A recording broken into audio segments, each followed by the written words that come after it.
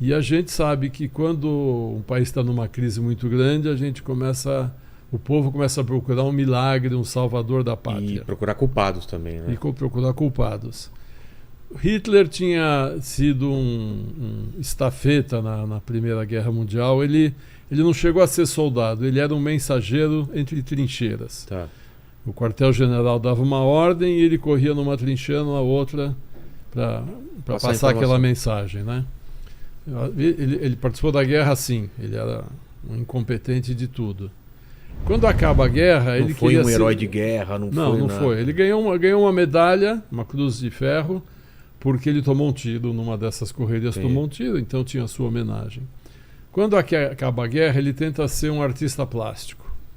Mas ele nunca gostou de estudar, nunca quis estudar e não conseguia entrar na Faculdade de Belas Artes da Áustria, porque o Hitler é austríaco, não é alemão. Tentou 2 vezes entrar na Universidade de Belas Artes em Viena, não conseguiu.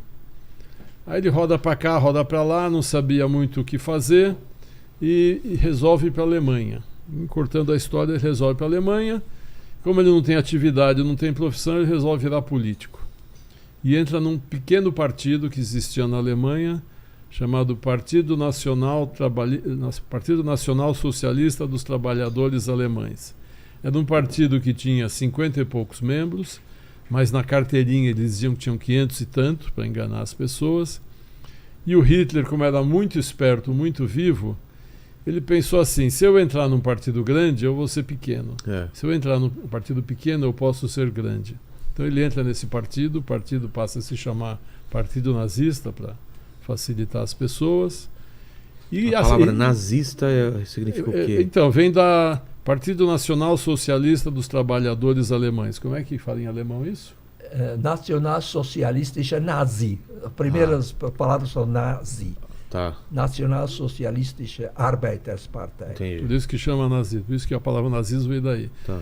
Aí ele entra no partido, ascende, né, vai subindo na hierarquia do partido, que era pequenininho, e começa. Ele era muito esperto, ele tinha algumas qualidades. Excelente orador, muito poder carismático. Poder de convencimento absurdo. Muito, muito, muito. Ele tinha uma habilidade, ele conseguia falar com a alta classe e a baixa classe. Se ele ia num jantar para arrecadar fundos para o partido, tinham banqueiros, empresários, ele falava muito bem com essa turma. Se ele ia num estádio de futebol falar com as massas, com a população, também, ele falava muito bem com essa turma. Então, ele era muito hábil politicamente, ele realmente era muito esperto. E ele tem todas as visões necessárias para chegar no poder. Ele percebe isso, que ele tinha que achar um culpado para a derrota da Alemanha. Então, como já existia um antissemitismo na Alemanha, ele começa a dizer que a culpa da derrota da Alemanha é dos judeus. Apesar dos judeus alemães terem lutado na Primeira Guerra e ganharem medalhas e tudo... Ah, é? Lutaram pela Alemanha? Pela Alemanha. Na Primeira Guerra, os judeus alemães eram alemães. E por que ele... Como colou esse papo, então? Porque existiu o antissemitismo na Alemanha. O povo queria achar um culpado para a derrota, porque você reconhecer o erro é difícil. É claro. Você dizer, não, culpa é do outro. Culpa é do outro, isso é fácil. Posso falar uma coisa? Claro. Tem outro pequeno detalhe muito trágico, que quando a Alemanha foi derrotada, a República de Weimar, que é a república que sucedeu ao Kaiser, o Império, né? Chegou ao poder, e quando se assinou o Tratado de Versalhes, que aceitou, digamos, a Alemanha aceitou a sua derrota, o ministro de Relações Exteriores da Alemanha conseguiu ser um judeu, por uma incrível coincidência, o tal de Rathenau. E então foi mais fácil ainda para Hitler culpar os judeus, porque tinha uma... Agora, ele não falava que, digamos, o presidente da Alemanha depois da guerra, da Primeira Guerra Mundial, era um famoso general Hindenburg, que realmente ordenava tudo isso.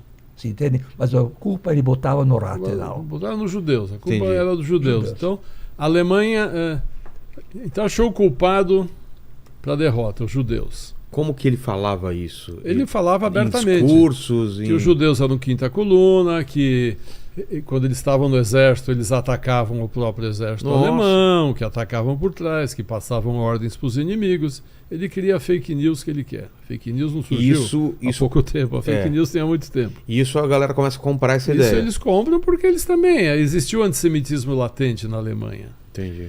Depois, com a derrota da Alemanha, ela tem que pagar uma indenização muito grande para quem venceu a guerra, porque ela que causou a guerra. Então, a Alemanha se endivida muito, a economia alemã vai para o buraco, depois vem a crise de 29 no mundo, que também leva o mundo inteiro para o buraco. A Alemanha fica numa situação muito ruim. A culpa de quem? Dos judeus, e depois ele também começa a culpar os comunistas. Ah, é? Culpava os dois, comunistas e judeus, mas principalmente os judeus. Tinham negros também? Não tinha negro na Alemanha nessa época, era muito ciganos? Raro. Ciganos tinha, mas não entrava nesse momento, não. Eles não se preocupavam com os ciganos. Tá. Os culpados eram os judeus, porque ele dizia que os judeus dominavam o mundo, tem essa mentira eterna de que os judeus dominam o mundo, e quando na verdade a Alemanha, 0,8% da população alemã eram judeus. A Alemanha na época tinha 65 milhões de habitantes e 600 mil judeus. Espalhados por toda a Alemanha. Espalhados pela Alemanha. Tá. Mas a culpa é da derrota dos alemães. Por que nós estamos na crise financeira? Os judeus. Como é que a gente faz? Tem que culpar os judeus. E com isso ele começa a subir. O Partido Nazista vai ganhando poder. Aí acontece coisa aqui, golpes daqui e dali. Em 1933, o Partido Nazista conquista 30% das cadeiras do parlamento alemão. Um partido pequeno consegue... cresce por causa disso, porque ele... Tá. Nós perdemos a guerra. Ele dá uma resposta que o pessoal estava querendo. Queria ouvir. Contava a fake news que ele queria, a mentira que ele queria, e o povo comprava, que precisava comprar. E ele passou a ser considerado o salvador da pátria. Ele era o grande homem que podia salvar a Alemanha. Passou a ser idolatrado. E ele tinha um marketing sensacional. Aquele bigodinho ridículo dele era uma marca registrada. O cabelinho que caía na testa. Ele ensaiava os discursos na frente do espelho. Ele era um ator. Ele realmente era brilhante nisso. E ele se cercou, por exemplo, ele pegou o Joseph Goebbels, era um jornalista muito talentoso, que administrava toda a propaganda dele. Então, poderosa, né? Poderosíssima. Televisão, não tinha rádio, jornal, cinema, teatro. Uma mentira repetida muitas vezes acaba sendo verdade. Isso o próprio Hitler já falava antes. É mesmo? Se você falar, se você mentir, as pessoas eventualmente vão começar a acreditar. Entendi. Então o Goebbels cuidou de toda a comunicação na Alemanha. A coisa foi muito bem feita. O Partido Nazista ganhou 30% das cadeiras do parlamento, aí eles deram um golpe de Estado e tomaram conta da Alemanha. Mas a gente tem que pensar o seguinte, os alemães votaram no Partido Nazista. Certo. O golpe veio depois que eles já estavam... então ele foi eleito... Foi eleito com 33%. Democraticamente. Era um parlamentarismo, a Alemanha ficou com 30% das cadeiras do parlamento.